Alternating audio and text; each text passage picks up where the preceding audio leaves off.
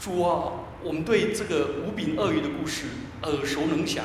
主啊，求你的真理的圣灵再一次帮助我们认识、体验到你的恩典慷慨大方，也体验到我们的使命，引导我们以下的时间，奉主耶稣的名祈祷，阿们。弟兄姐妹平安。平安。今天的主日的福音称为增饼的神迹。这个福音很特殊，是4本福音书都记载，所以表明非常的重要。而这个增饼的神迹的出现，却是在2件令人极其伤痛的事之后。照理说，耶稣这个恩典要施展的时候，不是耶稣在顺遂的时光，不是耶稣在得意的时刻，而是耶稣在极其沮丧、需要疗伤、需要更新、休息的时刻，却施展出来了，好特殊。所以本主日的福音跟下主日的福音，我们都来认识耶稣基督是谁，然后我们也认识说，主啊，我当为你做什么？好，这2件消极的事情是什么呢？因为我们今天的圣经没有读到，就是耶稣讲完天国的比喻，他就回到自己的家乡拿撒勒。他回到那里的时候，却被他的乡亲排斥、唾弃。照理说，人不亲土亲嘛，对不对？回到自己的家乡，应该是备受欢迎，结果被排斥、被唾弃，真是情何以堪！这是马太福音13章54到58节。然后第2件事情更让他伤痛，一个人被排斥、被羞辱、被贬义，已经够伤痛了。他最亲爱的一个同工，就是做他的开路先锋的约翰，他被希律王斩首，所以约翰的门徒把这个痛心的恐怖的暴行来报告耶稣。这是马太福音14章1到12节。所以耶稣听到这2个消息，一个被排斥，一个是被伤害，一个是在这样子的时候，他就私下退避到旷野，他需要在那里疗伤，也需要在那里安静更新得力。结果这时候有一群群众，哇，却跟着来，而且跟着来的时候，他们听了耶稣讲道，耶稣医病，医完病的时候5000多人，病的人多少人啊？耶稣治完病已经够劳累了，然后呢，他却想到这一群群众在旷野挨饿，那时候耶稣就行了这个神迹。那时候的场面多么壮观啊！光是男人就超过5000人，所以耶稣就用5个饼2条鱼使他们吃饱。换句话说，耶稣用言语也用行动来进行他的救恩工程。虽然遭到不少的反对、排斥，甚至于杀害，耶稣基督仍然不断的往前进。这是我们今天这段经文的背景。那我们来诠释这段经文。我们简单的诠释，我们来看13节跟14节。13节、14节，耶稣听了就上船，从那里独自退到旷野去。众人听见，就从各城里步行跟随。耶稣出来，看见许多人，就怜悯他们，治好他们的病。好，在这个背景的时候，耶稣听见的是听见什么事呢？原来耶稣的先锋施洗约翰，竟胆敢在大庭广众面前一针见血的谴责希律王。他从他的兄弟腓力那里去拖了他的嫂子西罗底，然后他就跟西罗底同居，然后就手使他的嫂嫂跟哥哥离婚，所以他当众斥责。施洗约翰真的有格啊！实习人真的有格，我就想起台湾有个传道人叫吴永长老，他当年被请去凯歌堂讲道的时候，他也是勇敢的斥责。结果他把牙刷、牙膏、内衣、内裤什么都带着行李去。那个吴师母说：“你在干嘛？”他说：“我准备去不回来了。”结果他还是没有被关。这个故事谁告诉我的？是一群浸信会的牧者。那我就跟他讲说：“哇，吴长老真的很有骨气。”亲爱的弟兄姐妹们，请问施洗约翰这样做有什么好处？没有好处啊！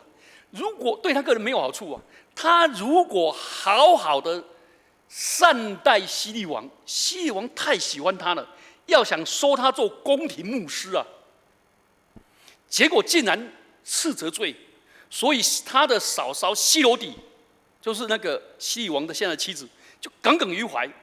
所以希律王在酒宴的时候，希罗底呢，跟他前夫所生的孩子叫做撒勒美，有一个歌剧叫《撒勒美》，就大跳艳舞，然后希律王就在酒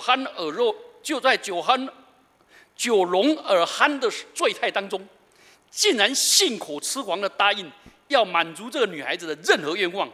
希罗底就抓住机会，索他女儿说：“我要的是施洗约翰的头，首级。”结果烂醉如泥的希律王，这个懦夫没有违抗这个荒唐的要求，就铸下悲剧。他只是为了维护他的面子。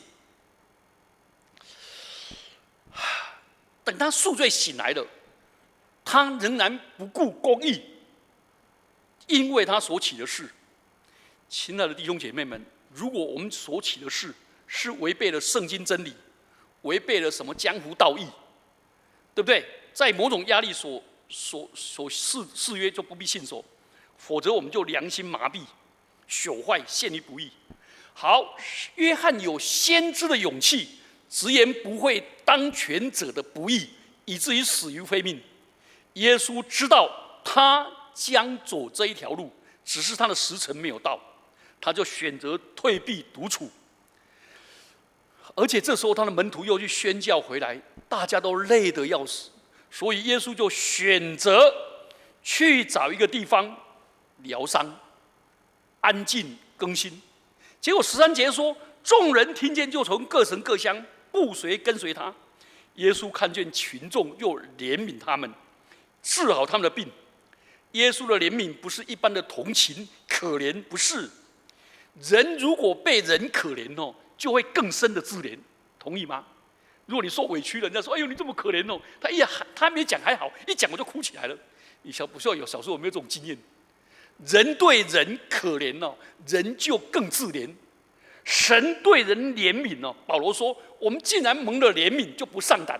神的怜悯、接纳、鼓励，使我们刚强壮胆。”耶稣基督看见许多人，就怜悯他们，因为他们困苦流离，如同羊没有牧群一样。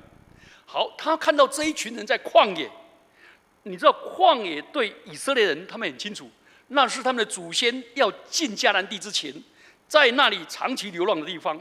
上帝用玛拿来喂养他的子民，出埃及记第16章。耶稣是新的摩西，他让群众吃饱，然后医治跟增饼的神迹，就彰显上帝的荣美、慷慨、大方、恩典、慈爱，以及他的全能。然后换句话说，旧约的上帝怎么用玛拿喂饱你们，新约的耶稣照样，而且彰显上帝的荣耀。好，我们来看15节、16节。耶稣面对挨饿的群众，天将晚的时候，门徒近前来说：“这是野地，时候已经过了，请叫众人散开，好往村子里去买自己买吃的。”耶稣说：“不用他们去，你们给他们吃吧。”好，门徒们的观察跟建议合情合理，而且是理所当然。但是人算不如天算，耶稣自有他的算盘。他向门徒挑战说：“不用他们去，你们给他们吃吧。”这句话就让我们想起旧约的背景，以利沙的故事。耶稣叫他们拿出他们原先的食物给他们吃，透过他们的参与，让群众吃饱。所以这个故事是在对比旧约的以利沙。等一下我们再来解释。好，耶稣就行了神迹，17节到19节，门徒说：“我们这里只有5个饼，2条鱼。”耶稣说：“拿过来给我。”于是吩咐众人坐在草地上，就拿着这5个饼2条鱼，望着天祝福，拨开饼递给门徒，门徒又递给众人。我大学时候才信主，我们那时候我们教会的谢饭歌就这一首。耶稣拿着5个饼2条鱼，望着天祝福，拨开饼递给门徒，摆在众人面前。主啊，感谢你，我要领受，阿门。这是我刚信主的时候学的那个第一首的那个谢饭歌，印象好深刻，就是这个经文。耶稣拿着5个饼2条鱼，望着天祝福，拨开饼递给门徒。哇！耶稣所有的动作都合乎犹太人用餐的习惯。换句话说，耶稣基督把自己当作这5000个男人，其实包括小儿跟妇人，超过2万人。耶稣基督把自己当作个大家长，你们这些人都是我的家人，他都当大家长。然后呢，就望着天祝福。这个动作跟耶稣建立圣餐的描述完全几乎一样，也是就最后晚餐的记载也一样。所以这个令人印象深刻的蒸饼的神迹，其实初代教会就把它解读成说，这是耶稣基督建立圣餐的另外一个的前奏曲。好，我们来看20节、21节，他们都吃了，而且吃饱了，就把剩下的零碎收拾起来，装满了12个篮子。吃的人除了妇人、妇女、孩子，约有5000。群众吃饱了，把它收拾零碎，成为12篮。这12篮，犹太人一听就知道，那是象征着12个门徒，也象征着以色列12个支派。换句话说，这个蒸饼的神迹，是与主耶稣基督密切的结合，完全依靠主的恩典而活的新的以色列。好，这段经文我们解释完了，我们现在就来反省这段经文怎么应用在我们的身上。我刚才讲过2个原则。保罗他在大马士革遇见主耶稣的时候，他问了2句话，好美。他说：“主啊，你是谁？”第2句话说：“主啊，我当为你做什么？”主啊，你是谁？是表示我们要认识主，在这5饼2鱼里面，他到底是谁？认识主的恩典，认识主的爱，认识主的荣耀。然后呢，我们被主的恩典、荣耀吸引，我们就会回答说：“主啊，我当为你做什么？”我来回应主的爱。好，首先我们来认识主啊，主啊，你是谁？就是这5饼2鱼到底要教导我们、告诉我们主耶稣是谁。好，第一个，这是呼应以利沙的神迹，所以耶稣是更伟大的先知。初代的教会把这个故事5饼2鱼的故事衔接在以色列子民在旷野中的经历。这马可福音6章40节就说的，这个经文是呼吁旧约列王记下4章42节到44节，先知以利沙曾经用20个大麦饼给100多个人吃，而且吃饱了。20个大麦饼给100个人吃。好，现在耶稣基督拿着5个饼2条鱼，对比20个大麦饼，然后吃了100人，他对比是超过5000人以上。换句话说，马太强调耶稣比旧约的先知旧约最伟大的先知是以利沙，而以利亚，而以利亚的徒弟以利沙是说：“主啊，愿感动以利亚的灵加倍的感动我。”然后呢，耶稣基督是加了100倍，这样了解吗？100个人变5000个人。是2万人好了，100到这个已经200倍了，对不对？所以呢，耶稣基督是更伟大的先知，而且是更慷慨的施恩者、怜悯者，他的能力远远超过以利沙。换句话说，耶稣同在，饥饿者得饱足，疲乏者得安息。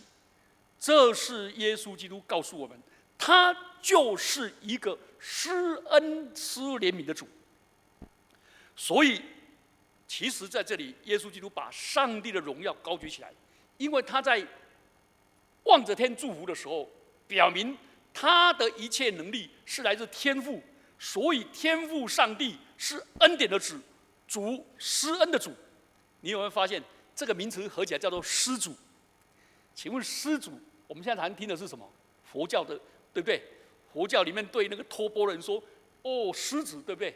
吸住了，对不对？”啊，道教的说秉德，啊，佛教说秉坚、平真啊、平道，所以你是施主。可是基督教认为上帝是最伟大的施主，他慷慨，他丰富，所以耶稣基督曾经在旷野拒绝魔鬼的试探，拒绝，不愿意使石头变饼，让自己吃饱。可是同一个耶稣，同一个时间在旷野，却为了5000个男人，甚至于2万人，他慷慨的施恩典给人。这好特殊，这是做很强烈的对比。换句话说，这是上帝认识上帝，他是恩典的主，怜悯的主。第二个，耶稣基督这个神迹是指向一个更大的神迹，就是耶稣的最后晚餐跟我们的圣餐。因为耶稣的这个蒸饼神迹呢，耶稣拿起饼来，注谢了，拨开，递给门徒。这4个动作，这个是礼仪的色彩，非常的浓厚。身为弥赛亚的耶稣，用5个饼2条鱼，喂饱近万人的群众吃饱。这是回应6章11节，愿你的国，我们日用的饮食怎么样？今日赐给我们。耶稣基督就在那时候就是这样子，所以耶稣注谢了，哇！最后你会发现，耶稣在最后晚餐的时候。最后晚餐的时候是立约，表明上帝跟我们立约，不是耶稣死在十字架上，是在最后晚餐就立约了。所以耶稣守约，就甘心把他的生命为我们舍了，甘心把他的血为我们流了。所以在这里很清楚，圣餐中所领受的正是死而复活的基督。所以在普世各地，日夜喂饱上帝天国的子民。这是圣餐所可以带给我们的，所以圣餐在这里象征着耶稣是真正的生命粮。吃饼得饱，只饱一餐，但是吃了我所赐的，他要永远不死；喝了我所赐的，他要永远不渴。所以每次领受圣餐的时候，所以我们常会说，这是基督的圣体，天上的灵粮；这是基督的宝血，救恩的福杯。都在象征耶稣那测不透的恩典、慈悲、怜悯。所以每一次举行圣餐的时候，我们就想到这个是5饼2鱼不断的发生在我们当中。吃饼得饱那一餐，可是我信的基督，我相信他的话语，我领受基督为我死而复活，我就得着永生。了解吗？而且我们的圣餐是纪念基督为我受死，庆祝耶稣为我复活，然后呢，盼望耶稣基督再来，我在天国里面要享受神丰富的恩典。所以每次谈到圣餐的时候，我们就要非常的这段圣经就要让我们非常的感恩。每次我们领受圣餐的时候，我们就说：主啊，感谢你，我本来不配，应该死在罪恶过犯中的人，主你愿意为我而死，把永生赐给我。把你的生命赐给我，把你的宝血赏赐给我，洗净我的罪，买赎我回来归向你，并且立约使我成为你的儿女。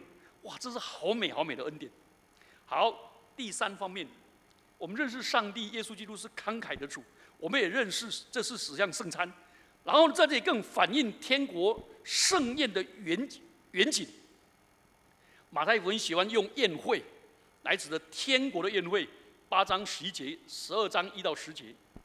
以赛亚书第25章第6节说：“万军的耶和华在这山上，万军的耶和华必为万民用肥甘摆设筵席，用陈酒和满髓的肥甘，并澄清的陈酒摆设筵席。”换句话说，在上帝末后的时候，上帝要给我们非常大的恩典。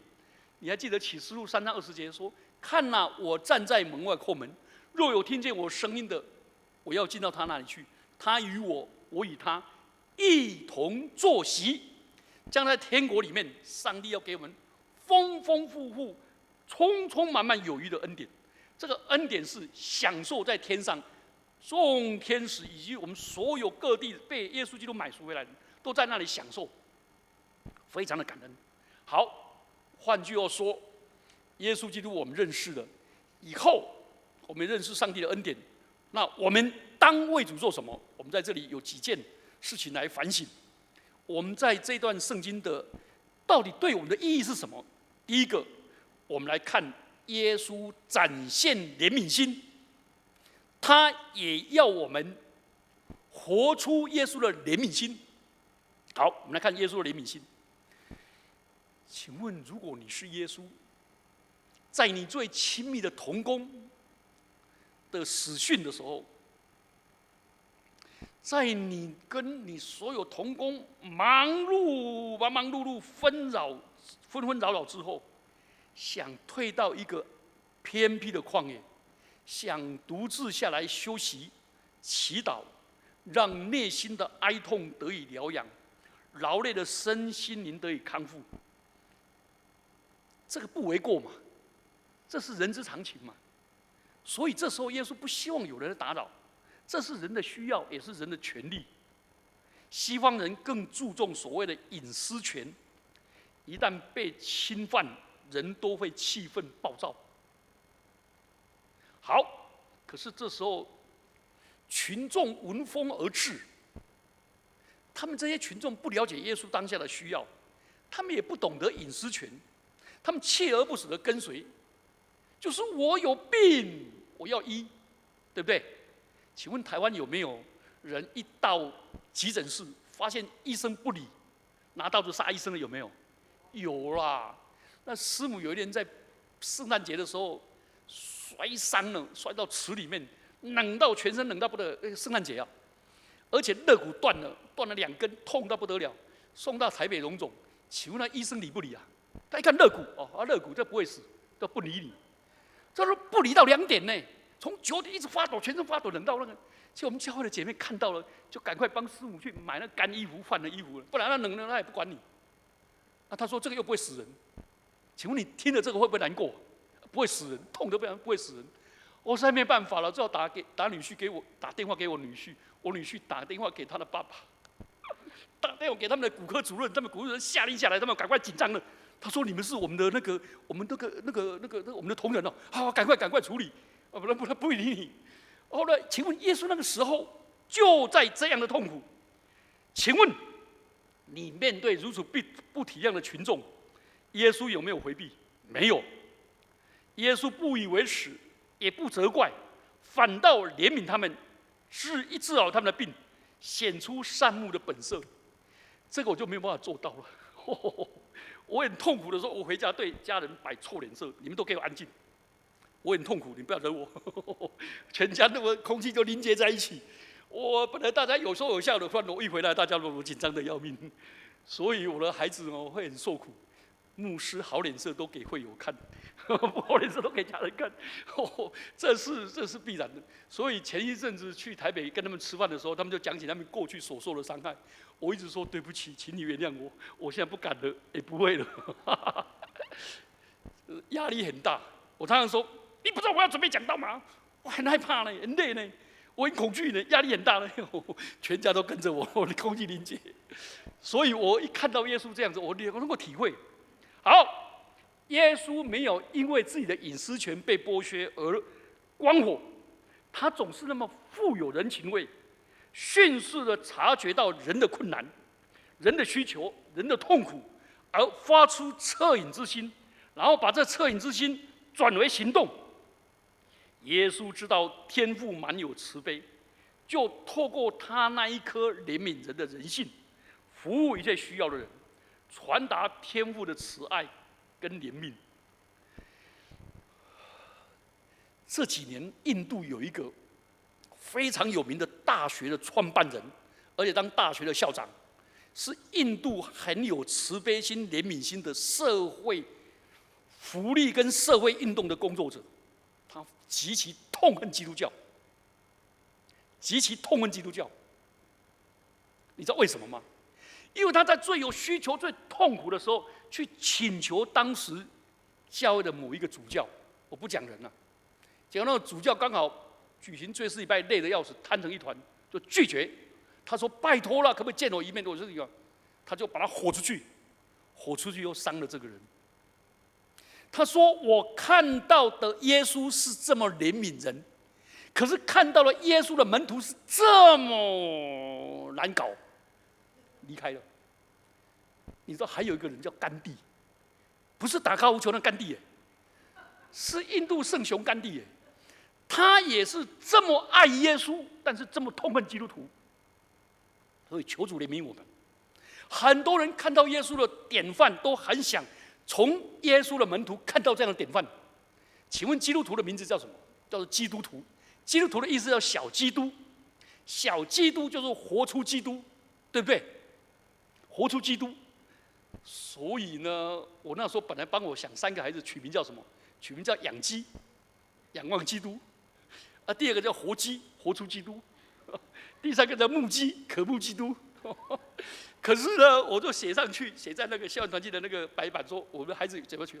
结果每一个人就说呆若木鸡，死鸡活鸡，养鸡养鸭，谐音实在不好，我改过来。太多人渴望从我们身上，耶稣基督就是这样子。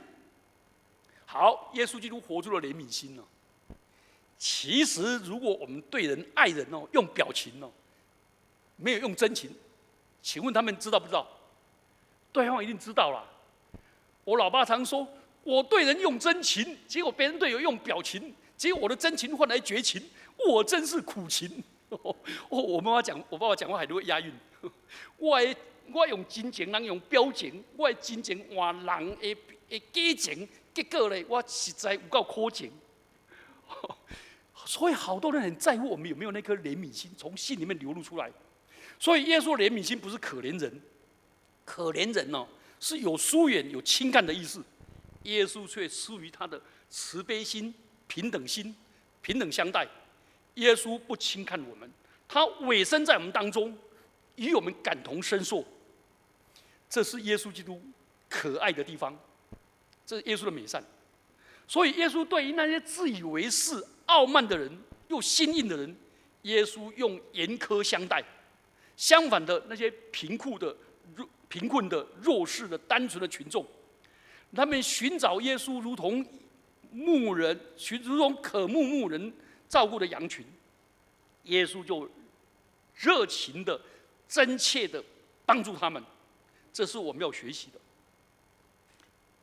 耶稣基督其实第2方面，耶稣也要我们展现这种怜悯心。耶稣说：“你们给他们吃吧。”天已经黑了，群众正值吃晚餐的时刻，但是回家的路会很遥远。使徒们衡量自己的能力，没有办法供应呢。所以，我怎么可能12个使徒，怎么可能让人家饱一餐呢？算了，提议遣散群众，对不对？他们这样讲合理啊。其实，在约翰福音写得很精彩。约翰福音里面有一个腓利啊，他说：“我们只有5饼2鱼，我们能够算什么呢？我们要买就是20两银子，我们也买不了给他们吃，何况我们没有20两银子。我们有20两银子，我们也没有办法有那么多面包店啊，对不对？至少有那么多面包店，也没有那么多面包师傅啊。”对不对？也没有那么多面包啊，而且那个烤炉也没有办法那么多啊，怎么供应1万人呢？他们想的都是不行，不行，不行，不能，消极啊！只有一个人叫做安德烈，他说：“我们这边有5饼2鱼。”好，只是耶稣的门徒还是很有智慧，因为他们把他的困境跟能力的有限摊在耶稣的面前。这是真正的智慧，懂得在困难中倚靠主，这是真智慧。而且在困难中倚靠主的时候，主耶稣专门把困难转换成价值。所以我常说，困难的所在就是价值的所在。我昨天接到一个小朋友的信写给我，那个孩子非常难搞，到处骗，骗了以后，他是理学院的一个系毕业的。昨天他写信来说：“陈牧师，我以前一直骗你，让你们夫妻很痛苦，请你放心，我现在悔改信主了，我现在走回正路了，我现在在读东吴的法律研究所，我快毕业了，我在准备考律师，以后我将来要做容神益人的事。”我看了好感动，我打电话给师母，师母说：“你听阿姨耶。”或者说师母实在被他实在是弄到很痛苦了，很痛苦了。可是我明天还是会回他信，会鼓励他，所以我觉得很感动。你有没有发现，他那个孩子特别写信说：“牧师，你当年说困难的所在就是价值的所在。”我还记住这句话，我永远记住这句话。那耶稣基督呢，专治我们的困难，所以困难的时候就摆在主的面前。门徒其实很体验耶稣啦。耶稣这时候心意交瘁。如果门徒这样建议不失为很便捷的方法，至少让耶稣可以早点休息嘛。可是耶稣呢，观点跟我们不一样，他认为这是培育门徒及牧养群众的好机会，就对群众说：“你们给他们吃吧。”耶稣主动激励门徒多采取主动、积极、自信，你们要勇于承担做领袖的责任跟角色，你们要勇于把你的潜能发挥出来，学习如何为他人属灵的需要跟生理的需要来依靠上帝。所以耶稣说：“你们给他们吃吧。”感动多少人！台湾有一个杂志叫《宇宙光》，那个林志平弟兄，他说他会办这个，就是因为听到耶稣说：“你们给他们吃吧。”他出来办这个杂志。他也办了很多的社会福利的工作，送炭到台北，送炭到原住民地方，送炭到那个南屿，他办了很多的送炭。他就是看到耶稣说：“你们给他们吃吧。”所以耶稣基督这句话激励了历代的圣徒，在不同的时代，特别在悲惨或黑暗的时代，有一些人只是怨天尤人，但是这些圣徒们听到耶稣的话语，不但不怨天尤人，反倒献身做许多慈善的工作，带着耶稣的精神去关爱这社会的边缘人。其实耶稣说：“你们给他们吃吧。”这句话也是给我们的挑战。我们荣光堂现在盖得这么好，有这么多的教室，我们有没有想到，你们给他们吃吧？找更多人参加自无艺人学院，找更多的人接受装备，带领人信主。好，第三方面我们来看，把5饼2鱼交出来。面对这个邀请，门徒根本觉得自己没有能力。他说：“我们什么也没有，只有5个饼2条鱼。”你知道那个5个饼的希腊文是5个大麦饼，大麦饼是当时最穷人吃的大麦饼啊，大部分人都吃那个小麦饼啊，这个是最穷困的。换句话说，我们这么卑微的人，其实那是根据约翰福音，我们知道那是一个小孩子，我们的食物又这么微薄。但是只要交在主的手中，在上帝的手中，人忽略的、人看不上的微小食物，跟这些卑微的人物，在上帝的手中，成为上帝施恩赐福的工具，这是很美的。所以，卫理公有个传道人叫宋汉杰博士，他是卫理公的牧师的儿子。他说：“我们每一个人都有5饼2鱼。你有2只手，你有5个指头他用这个来形容，意思就是说，我们要奉献我们自己。上帝没有要求我们所没有的，就我们所有的，你只要拿出来，主望着天颂赞。